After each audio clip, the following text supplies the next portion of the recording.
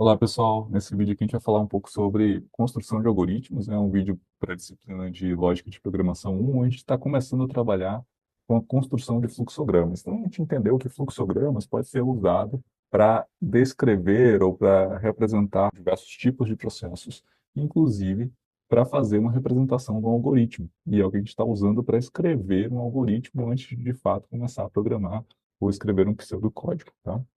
Então, uma representação visual facilita enxergar e entender o processo da solução. Nesse primeiro momento, eu trouxe aqui para vocês visualizarem, né, um exemplo de um código que eu estava trabalhando aqui, que está aberto aqui na minha máquina. A gente enxergar que, assim como a gente está trabalhando no fluxograma, né, o nosso código tem início, que aqui normalmente, independente da linguagem, a gente vai enxergar esse padrão aqui. Ele tem uma chave abrindo e uma chave fechando, que representa um bloco de código. Então, dentro dele, eu tenho um outro bloco de código e aqui um outro bloco de código. E é legal a gente perceber isso, porque assim como no fluxograma, a gente tem um momento de decisão que lá é representado por um losango, aqui a gente também tem, tá? O laço de repetição que a gente percebeu lá no fluxograma, que eu posso voltar para uma tarefa anterior e ficar repetindo um conjunto de tarefas, aqui a gente também tem, tá? Estou passando isso aqui rápido, vocês não precisam entender nesse momento, né? Em algum momento a gente vai chegar numa etapa que vai olhar para isso aqui e entender o que está acontecendo. Mas é só para vocês terem já uma percepção visual. O que a gente está fazendo lá com os fluxogramas está completamente entrelaçado com o que a gente quer produzir depois. Então, a ideia é criar uma solução no formato visual, ali com fluxograma, para a gente entender o que a gente quer desenvolver, e aí sim a gente pode partir para o desenvolvimento do algoritmo. Vou usar uma ferramenta aqui para a gente construir o fluxograma, e trabalhando em alguns exemplos que a gente falou em sala de aula, né? A gente vai tentar resolver eles aqui e depois tentar deixar eles um pouco mais robustos. Então, o que a gente precisa fazer? Primeiro, entender qual que é o problema que a gente quer resolver. Depois, a gente vai pensar na solução, entender como constrói a solução, e aí sim, a gente vai para a construção do nosso algoritmo, no caso aqui, em forma de fluxograma, tá certo? Então, um dos primeiros exemplos que a gente viu, além dos exemplos, né, de tarefas do dia a dia, né, a gente viu exemplos como trocar lâmpada, amarrar o cadastro, escovar os dentes, postar uma foto no Instagram, e a gente ia fazendo descrições de tarefas, né, para uma pessoa seguir. Aqui a gente já vai começar a trabalhar, então, com as atividades que eu coloquei no nosso ambiente virtual de aprendizado. Então, um dos primeiros problemas lá é na calculadora. Então, eu quero que o meu algoritmo leia dois números e entregue na resposta a soma desses dois números. Nota, sempre eu tenho entradas e saídas de dados e um processamento. O que que a gente precisa entender dessa estrutura? O que que é entrada e qual que é a saída esperada para uma determinada entrada?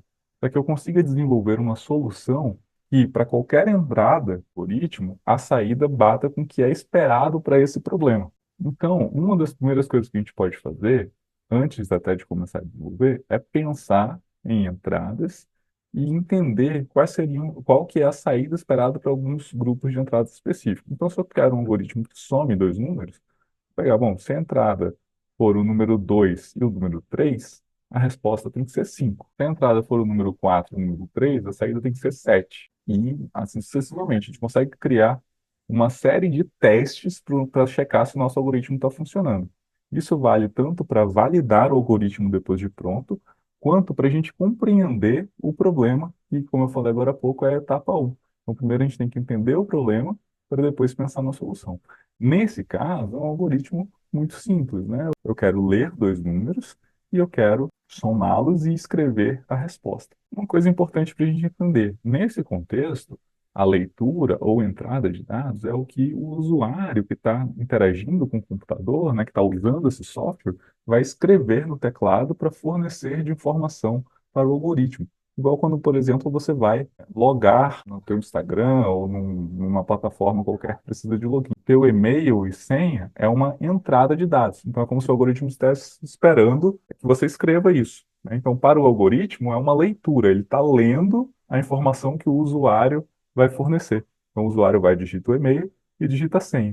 A partir do momento que ele dá o que o usuário dá OK, o algoritmo segue com o processamento dessa informação. Nesse caso, né, do login, para verificar se esse usuário sem existe no banco de dados, e aí sim ele pode dar duas alternativas de saída, que é levar para a página inicial do programa ou informar que esse usuário não existe. Tá? Então vamos lá. Muito bem. Nesse fluxograma aqui, então eu tenho um momento de início e um momento de fim, onde o meu algoritmo começa e onde ele termina. A gente viu que existem símbolos específicos para algumas coisas, né? Então eu tenho aqui um símbolo para leitura de dados, um símbolo para processamento e um símbolo para escrita de dados, né?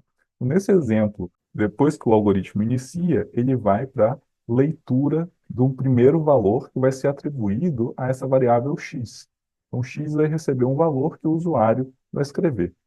Quando esse x for lido, esse processo aqui termina e a gente vai para o próximo, né? É uma estrutura sequencial, faz uma atividade depois da outra. Finaliza, a gente vai para a próxima etapa. Uma outra variável z agora vai receber o valor que foi atribuído em x mais o valor que foi atribuído em y. Então, o z vai ser o resultado da soma desses dois valores. E quando isso termina, eu vou para um próximo processo, que é escrever para que o usuário visualize o resultado da variável z. E a gente pode simular os testes, né?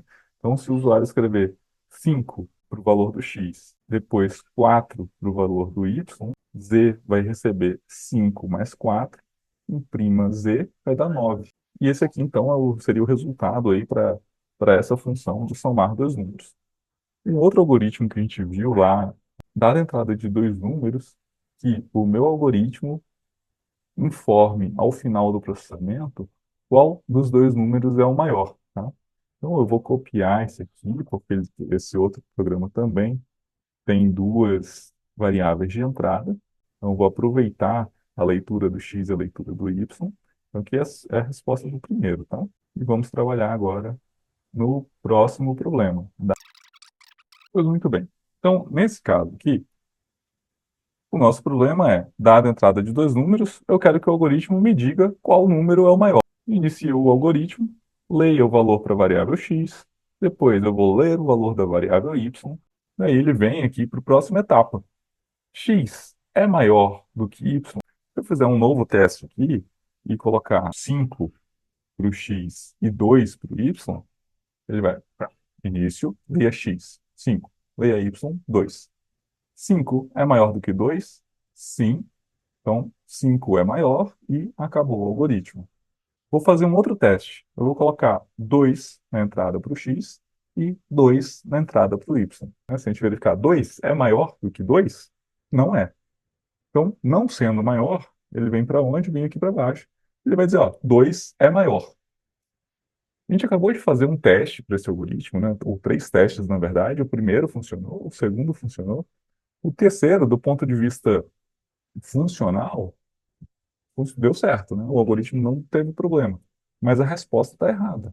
Da forma que a gente escreveu, ele veio para o caminho aqui de baixo porque o primeiro valor não é maior do que o segundo. Mas também não significa que o segundo é maior do que o primeiro, nesse caso, porque eles são iguais. E esse teste a gente não está fazendo.